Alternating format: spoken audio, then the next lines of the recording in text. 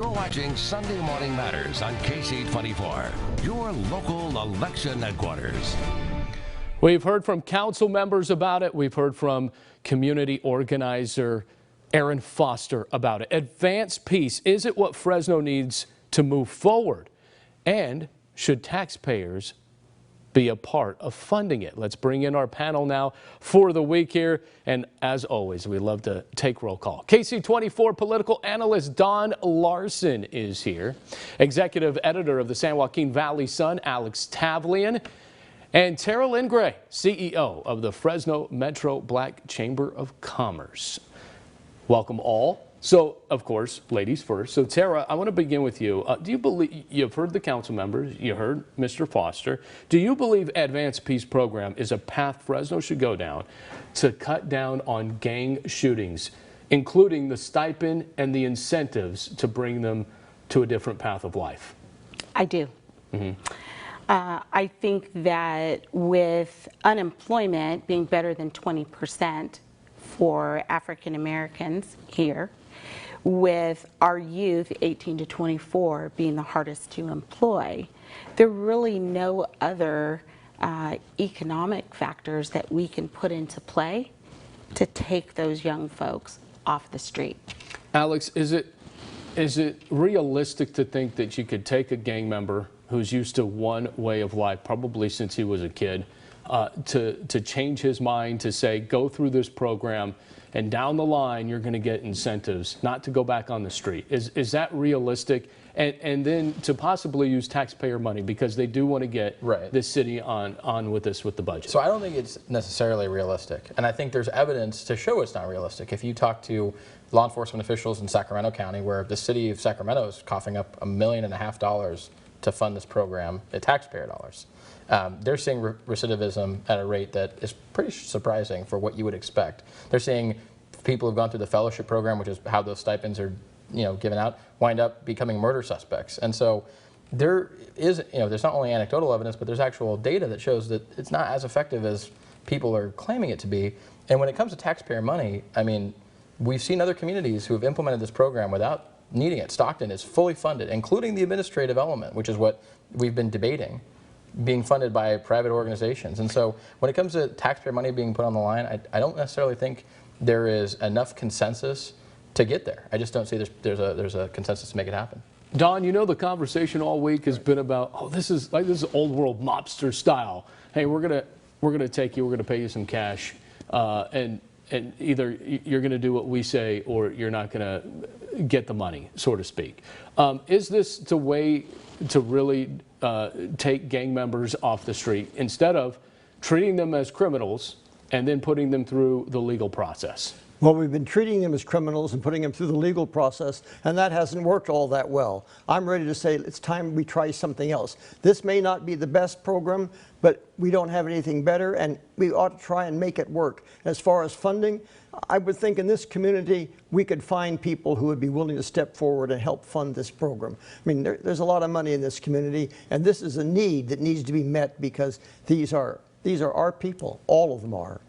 And Tara, you've been hearing the conversations all week, and I know that you're right behind this. But is it realistic to also say, hey, this is going to be something where we have a lot of gang violence here. You hear it all the time. Chief Jerry Dyer is looking for all different kind of avenues. But is there a concrete plan, you think, in the next 90 days to really tell the taxpayer, hey, your money is going to go towards something and it's really going to work for you to keep you safer? Well, I think we have to be fair about this, that the way that our budgeting process works, the way that we look at solving problems in our society, we throw money at them. And we incentivize developers, we incentivize economic development activities, we provide tax credits, we provide financial means for people who want to invest in communities. The problem here is that we're talking about blacks and browns. And because we're talking about blacks and browns receiving the money, everyone's anxious to paint them as hardened criminals and throwaway people. And that is just not the case. So that's kind of like the race issue. Are you? No, kind of like it. It is. You're saying it is. Alex, you agree? That's ridiculous. I mean, they are criminals. I mean, that is the ultimate issue here. We aren't paying people just because they're black and brown. We're paying them because They are high-risk individuals who are likely to commit violent crimes. That's what this program is about. There's not, if this was a program that was racially driven, we would have a very different conversation. This wouldn't be called Advanced Peace. This would be focused on a very different set of people. This is focused on people who are committing crimes, period.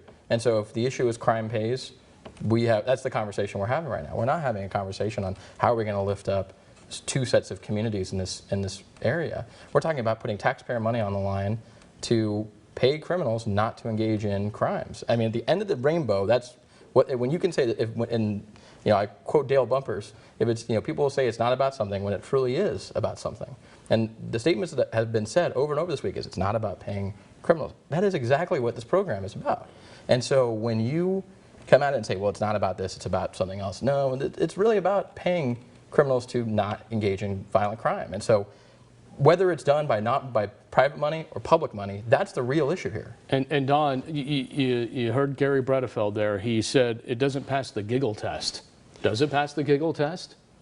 I wouldn't say that. I would say that it's a different program, doing things a different way than we've done them, and what we've done hasn't worked very well. Let's give it a shot and see what happens. Although I think 90 days is a pretty short time to expect it to work.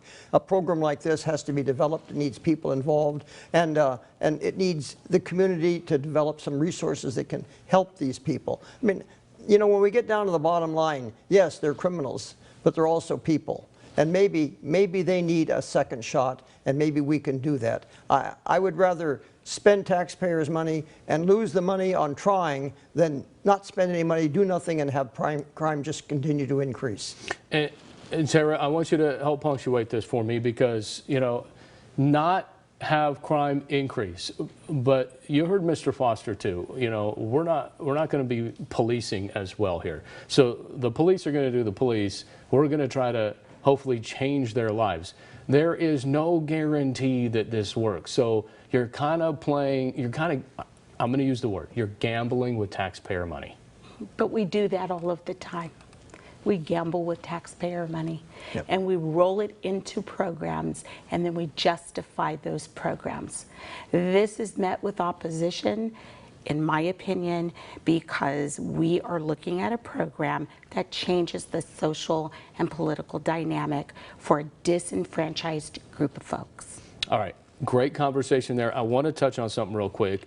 What we didn't hear was about earlier in the week, the maintenance fund for Fulton Street was kept intact. But for a second there, a lot of business owners thought about $250,000 was going to leave their $650,000 maintenance fund. But Paul Capriolio made it a quick about face. My real question here is, though, when money is needed within the budget, Alex, I'll come to you.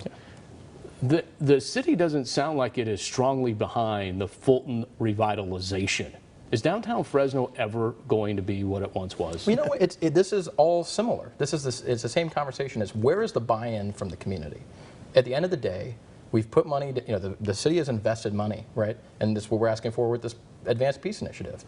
The city's put money down, and they're saying, okay, we put building blocks. It's time for you to build. Mm-hmm. And the community's slowly stepping up. I'll say that, slowly. I'm not saying that they've done nothing, but it is much slower than I think anybody anticipated. Don, you remember Fulton when it was thriving, I would imagine, right? I remember Fulton Mall when it was the main, and you went from the Cadillac agency to Stan's to drag the main every night. Yeah. I took my daughter down to watch the mall being built, and I went down there until there was nothing to go down there for. And I feel badly because I feel that, I'd like to see downtown restored. But I don't think we can ever go back to what it was. We're going to have to develop a whole different dynamic in order to make it work. And I think they're working on that, and I'm hoping that it comes forward. And Tara, I want you to get in. I got really 3 seconds, and I'm sorry. Is the city behind the revitalization, you think? I certainly hope so. Yeah. It is time for the revitalization to pay off. We want a strong Fresno. We've got to have a strong downtown. Yeah, we do. Every good city does have one. That's exactly right. All right, we're not done here. We got a lot more to talk about. But up next,